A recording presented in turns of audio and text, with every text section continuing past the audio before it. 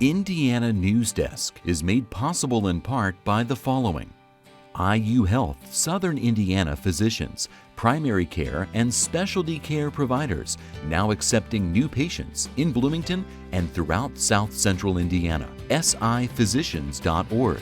IU Center for Applied Cybersecurity Research, working to improve cybersecurity and provide policy guidance through partnerships with industry, government, and academia. Smithville Fiber, the Gigacity Company, fiber internet, HD, and digital IPTV in Southern Indiana. More information at smithville.com. And by WTIU members. Thank you. Coming up on Indiana Newsdesk. Legislators abruptly killed a bill this session that aimed to protect lesbian, gay, and bisexual Hoosiers from discrimination. The majority of people seem to agree. If this weren't an election year, the measure would have been debated and brought to a vote. It's up to the Republicans to figure it out.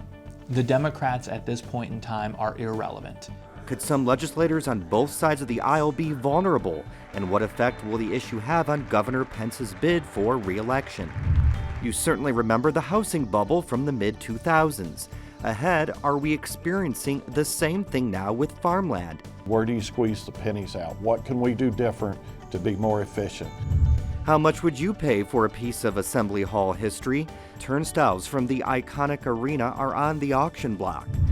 These stories, plus the latest news headlines from across the state, right now on Indiana Newsdesk.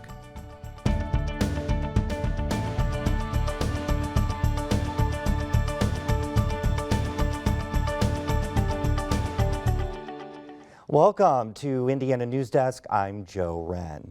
During this year's legislative session, the abrupt death of legislation aimed at balancing religious freedom with gay, lesbian, and bisexual civil rights left many surprised and disappointed. Fingers started pointing almost immediately as advocates in the debate sought to assign blame. As Drew Dodlin reports, that finger pointing could have a ripple effect on this year's elections on people of both sides of the issue this fall.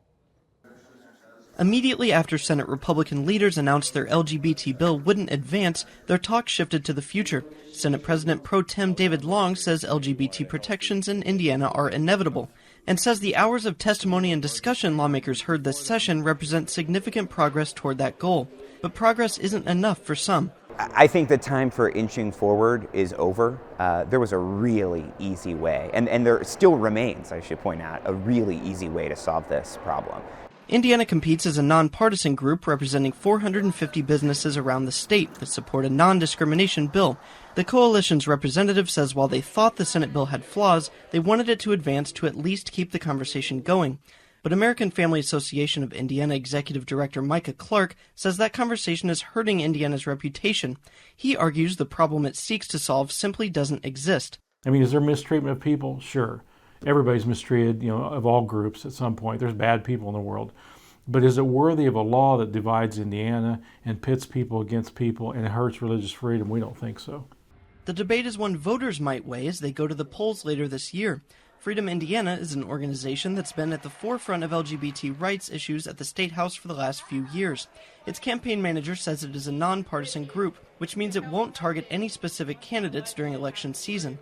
But I think definitely we saw that 70% of Hoosiers think this should happen. So if lawmakers are listening to their constituents, then I think it will have an effect in the elections. Yeah. Hanscom says the same, but notes many of the businesses aligned with Indiana Competes have their own political operations and make campaign donations. Some on the other side are worried certain legislators could be targeted, but Clark brushes off the possibility. He says, for better or for worse, that's the way the process works. It's not a bad process. I mean, voters have to sift through the campaign commercials and determine what's true and what's not, and that's just part of our system, be it ugly or weird people can think it's kind of interesting and fun, but it doesn't worry me. Governor Mike Pence, set to run for re-election against Democratic nominee John Gregg, has been criticized for his hardline stance on the issue. Pence vowed in his State of the State address not to support any bill that diminishes religious freedom. Former House Democratic floor leader and former Bloomington Mayor Mark Kruzan says it's not just the governor's stance, but the way he's handled communicating that stance that could cost him votes. When we have a governor who went on national television and ended up embarrassing the state of Indiana, to a point where it's costing us our reputation, but also costing us in our pocketbooks, that's a problem. Kruzan is referring to Pence's appearance on ABC's This Week with George Stephanopoulos last year, where many say Pence blundered his defense of the state's Religious Freedom Restoration Act, a controversy that ultimately led to the non-discrimination bill this year. Former Indiana Republican Party spokesman Pete Seat says this year's debate didn't have the same intensity RFRA sparked last session. He says he doesn't think it's going to drive elections this cycle. With this issue and practically any issue in the legislature, it's up to the Republicans to figure it out. The Democrats at this point in time are irrelevant. They are super minorities in both chambers, and whatever the Republican caucuses in the House and Senate determine, that will effectively be the law. But Seat notes that doesn't mean the fight for LGBT protections will go away. He says a cultural generational divide between young and old lawmakers will simply take time or a better designed compromise to reconcile. So you're seeing this cultural shift, you're seeing this dynamic that hasn't necessarily taken hold here in Indiana to the extent that it has on the coasts, let's say, but people are looking to it. Seat says shifts like these take place over the course of months, years, and sometimes decades. Lawmakers say they're getting there, but for some, Hanscom says the bill is already past due. Words don't fix this problem. Action is what fixes this problem. And for the hundreds of thousands of LGBT Hoosiers who can still be legally fired from their job, denied access to housing, or kicked out of a public place, the idea that we had a discussion about it means absolutely nothing to them. For Indiana Public Broadcasting, I'm Drew Dodlin at the State House. House Democrats attempted to amend a bill Thursday that would have barred LGBT discrimination in the workplace. That amendment was shot down. Time is running out if lawmakers still want to revisit the issue. The legislative session is wrapping up early this year. Lawmakers intend to adjourn 5 days ahead of schedule because the Big Ten basketball tourney starts in Indianapolis and hotel rooms are booked. Now for headlines, we go over to Barbara Brosier with this week's top stories. Thanks, Joe. The airport authority delayed a vote today on a $500 million proposed medical complex. The Athletes Business Network announced plans this week to build a center on the former site of the Indianapolis Airport Terminal that would focus on brain injuries, concussions, and post-traumatic stress disorder. The complex features medical offices, a stadium, and 2 hotels. After this week's announcement, the Indianapolis Business Journal published a story raising questions about the financial stability of the project developer. The airport authority wants more time to evaluate the plans and consider community feedback before voting on the proposal. Indiana will have a new lieutenant governor next month. Lieutenant Governor Sue Ellspermann will resign effective March 2nd. She recently applied to be president of Ivy Tech Community College. The following day, the confirmation process for Eric Holcomb will begin. Mike Pence announced last week Holcomb will be his 2016 running mate. Holcomb dropped out of the U.S. Senate race to join the Pence administration. Opponents of high-fence deer hunting continue to push for tighter restrictions as a bill governing the facilities passes through the State House.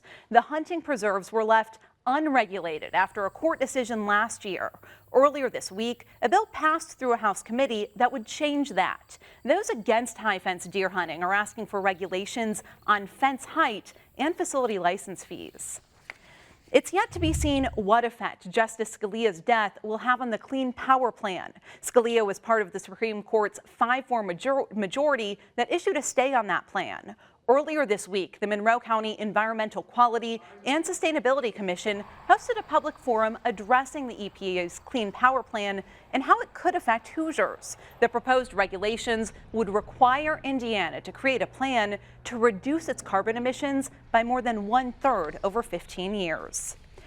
Mumps keep showing up on college campuses in Indiana. Health officials confirm 2 more IU students have the virus. That brings the total on the Bloomington campus to 4. Butler University has confirmed 9 cases. Last week, a student at Indiana University, Purdue University, Indianapolis, was also diagnosed with mumps. A bill currently moving through the legislature would require aborted fetuses to either be cremated, interred, or both. Earlier this week, Indianapolis solid waste company Medisure was fined around $11,000 for not having a proper permit for disposing of the fetuses. The Senate is expected to vote on the bill next week. Competitive digital infrastructure, declining economic activity, and city employee training are just a few of the items Bloomington Mayor John Hamilton crammed into his first State of the City address Tuesday night at the Buskirk-Chumley Theater. Hamilton used his address to announce the installation of solar panels on City Hall by summer and offering the city's wholesale solar panel prices to Bloomington residents and businesses. Hamilton also pointed out the need to replace aging city infrastructure, referencing 40 water main breaks and the sanitation department that was modern in the 1960s. Our sanitation workers labor mightily, but they bear the brunt with injuries and rising worker compensation costs, up over 60% in the last 3 years. Hamilton says that totals more than $250,000 for 22 sanitation employees in that time. Infrastructure is not exciting. We could have gotten into drainage. You know, we didn't get into sewers, but we got into let's fix the city at a fundamental level. I think that's a good new boss. Hamilton also announced a city survey that will allow residents to weigh in on how the city is operating and what improvements are needed. The mayor also announced a partnership with CTC Technology Energy to help the city upgrade digital infrastructure. Hamilton says Bloomington can't lag behind while state and national peers move forward with broadband connectivity. Electronic cigarettes continue to grow in popularity among Hoosier teens. That's according to the Indiana Youth Institute's annual Kids Count report. The study found e-cigarettes are the second most used substances among teens, with nearly 19% saying they've used them in the past month. Alcohol remains the most used substance among Indiana youth. Health groups are interested in the infrastructure plans proposed by Hoosier lawmakers because they could impact the cigarette tax. Earlier this week, Tobacco Free Indiana brought 50 volunteers to the State House to lobby for the tax increase. If the plan is passed, it will be the first time Indiana raised its cigarette tax in 9 years and could move the state from 17th lowest to the 17th highest cigarette tax in the country. The increase amounts to about $1 per pack.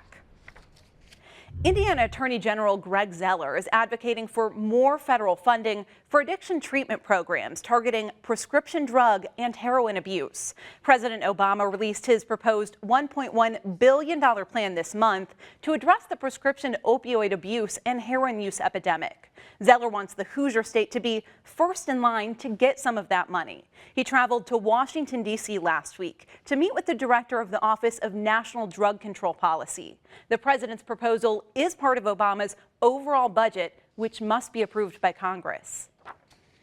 Legislation to create a permanent Indiana drug task force is headed to the House floor. Governor Mike Pence created the Drug Enforcement, Treatment, and Prevention Task Force last summer to respond to the state's drug crisis. Both parties are in support of the measure, but there is some disagreement with regards to the language and scope of the bill. The You Can Go Back program aims to help 200,000 Hoosier adults complete education beyond a high school diploma. The initiative launched Tuesday and hopes to encourage adults with some college credit to return to school and complete a degree. We're actually talking about quality degrees and credentials beyond high school. So something that gives an individual currency in the market when they gain that credential, certificate, or degree. The initiative offers $1,000 scholarships from a state grant to adult learners who meet the criteria. Farmers in Du Bois County are anxiously looking ahead to Monday. That's when the Indiana State Board of Animal Health is set to release the control area in Du Bois County after an outbreak of avian flu last month. Additional requirements will be in effect for the 10 farms that were depopulated. Those farms have yet to house any birds since the outbreak. An accident on the new stretch of I-69 near Bloomington last month has sparked concern over what the Indiana Department of Transportation is calling low salt zones. The area was declared a low salt zone to lessen the environmental impact on salt seeping into groundwater. It does not just disappear, even though it dissolves and we can't see it anymore. It's still out there in the environment. And that's true every year. INDOT says low salt zones are meant to ensure their employees don't put excessive amounts of salt on the road. As for what constitutes excessive, INDOT defines it as an amount of salt that would go beyond what is the regularly prescribed, but could not provide specifics. And Joe, we have reporters working on that story. We'll learn more, I'm sure, in the coming weeks. All right, thank you, Barbara. Coming up next on Indiana News Desk. Why are farmers facing such a tough economic climate? Are we witnessing the bottom of a cycle or the beginning of something worse? And you have a chance to own a piece of IU basketball history. We'll visit the IU surplus store where special memorabilia from Assembly Hall is being auctioned off. These stories and more right here on Indiana News Desk. We are a nation of explorers. We seek new ways of living, of thinking, and of expressing ourselves. We take risks, we learn from experience, and we keep moving forward. That's why we encourage and celebrate the explorer in all of us.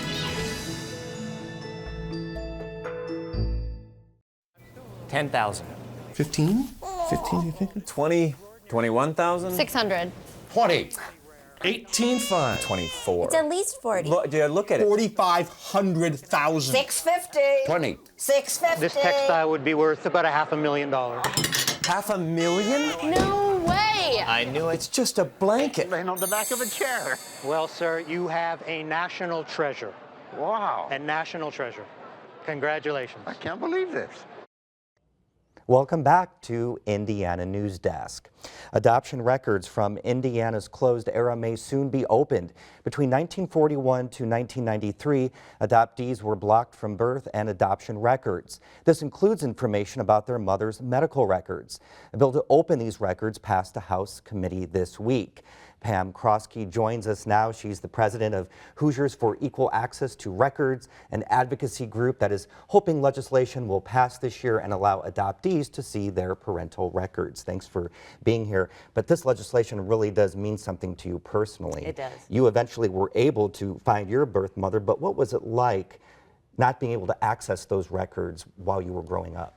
You know, I think that the whole thought is, you know, when we reach a certain age, we'll be able to see that. We'll be able to see our original birth certificate, we'll be able to see how much we weighed, you know, what hospital we were born in, simple things like that. But that's actually sealed as soon as our adoption is finalized. So it means everything for us to be able to see it. Now, last year there was some pushback from the Pence administration. Right. Are you hearing anything different this year? He seems in total support at this point. So we're crossing our fingers. We've passed through everything and now onto the full vote on the House floor. So what makes the bill different last year to this year? We added what's called a CPF form. It's a contact preference form, and it actually gives the mothers more ability to say yes or no. It gives them more detailed yes or no. And last year what they had was more just yes or no. So it's much better. So when we spoke last year about this, you mentioned the importance of medical records. Why do you feel like these records are so important to have? Well, I lost my birth mother 3 years ago, almost 4 years ago, actually, to breast cancer. So I imagine, you know, my people out there that they have the same situation, that people are dying. I mean, we are actually, of this age, 1941 to 1993, we're dying. I mean, that's the easy way to say it, because we're aging, we don't have access to, you know, our medical records. All right, well, thank you very much for being here today. you. Appreciate it. Rising production costs, decreased demand, and losses from flooding last summer are just some of the hardships Indiana's farmers are facing this year. As Sarah Whitmire reports, the impact on farmers is leading to concerns over the agriculture industry. Judd Vought's family has lived on this land in Franklin for more than 5 generations. The ground that we farm and rent and own. He and his brother bought the farm from their parents in 1978. Together they raise 1,100 acres of corn, soybeans, and wheat.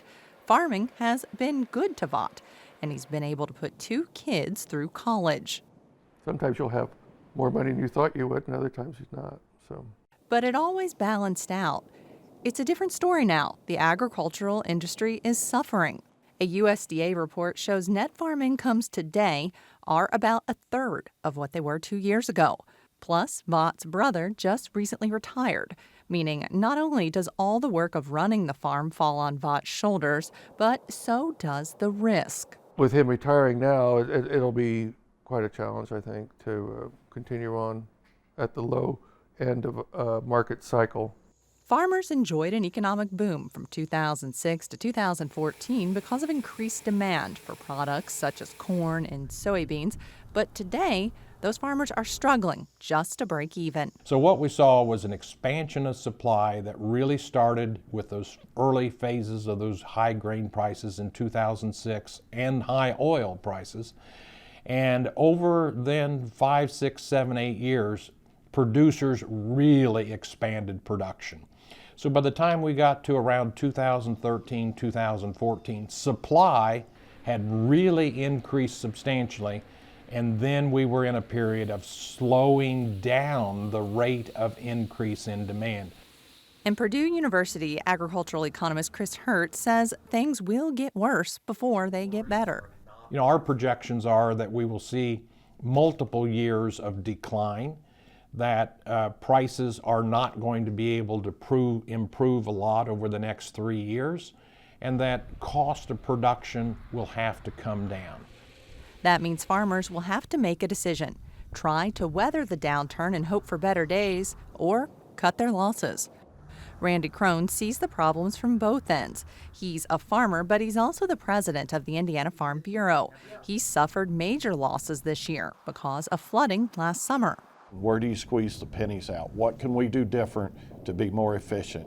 You know, whether it's no-till, save on fuel cost, cut back. We're analyzing on our farm every penny that we're spending to try to figure out where do we save pennies, because they'll add up, and that's how we're going to survive. Crop insurance and federal commodities provide some security from devastating losses, but Cron says ultimately a farmer's survival right now depends on more efficient farm management. That's something Vaught says he's been mindful of through the years. We bought used equipment, shopped for it at off lots and at auctions. We put off a lot of projects that we frankly couldn't finance at the same time we were trying to do other things. And Vaught's coming up with an exit strategy. He's going to follow in his brother's footsteps soon, and he'll retire within the next 5 years. But he worries about what's going to happen to the industry. He says the younger generation sees the rapidly changing agricultural markets as dangerous and a risky lifestyle. I think that's one of the reasons that neither set of kids took up the interest in farming, because they saw it as Dad and Uncle Bill are at the crap tables or something, you know. For Indiana Newsdesk, I'm Sarah Whitmire. Weather predictions are looking good for farmers this year. Meteorologists say farmers will be able to begin field work in March. With rains in May, crops should be off to a good start. And how much would you pay for a piece of your favorite sports venue? The Indiana University Surplus Store is auctioning off 24 turnstiles from Assembly Hall. And as Barbara Brozier reports, the first one went for more than $2,000 this week. You never know what you'll find. If IU owns it, we sell it. At IU's Surplus Store. Every day something comes through here that we get to repurpose. There are electronics, furniture, clothing, but the biggest treasures are in Todd Reed's office. This is an official basketball rim out of Assembly Hall. It's pretty obvious. Reed has a bit of Hoosier hysteria. Love IU. Have all my life. He's cheered them on in baseball, basketball, and football ever since he was a kid. Just watching them over the years and then arguing with everybody up in Purdue country, I stood my ground. So when the Surplus Store acquired some memorabilia from Assembly Hall a couple of years ago, it was hard for Reed to contain his excitement. My story is the same as hundreds of thousands of young men that walk through there with their father or their grandfather or their best friend to go see an IU basketball game for the very first time. The Surplus Store is auctioning off 24 of these turnstiles over the next month. They were in Assembly Hall for decades and 3 national championships. The number of people, the fame of some of the people that have walked through there, is just unbelievable. These turnstiles aren't just a part of Hoosier basketball history. If you take a look at the bottom, you can see they have a little bit of weather damage. That's because they were also used in Memorial Stadium for a period of years. These would have been moved back and forth in the early days, in the early 70s between the football and basketball. Reed says that only adds to their value. Bids for each turnstile start at $500, but they're expected to quickly climb. We've sat on these turnstiles for a couple of years now and trying to find the right time and to sell these. And frankly, I wanted to wait till we had an awesome team again, and we do this year, an amazing basketball program. For Indiana Newsdesk, I'm Barbara Brozier. Reed says he's heard from former players and even an NBC executive who are interested in buying one of the turnstiles. Personally speaking, though, Reed says this piece of memorabilia is unfortunately outside of his price range. And that's the end of this program, but our work continues online as we cover the news throughout the week at WTIUnews.org. Have a great weekend.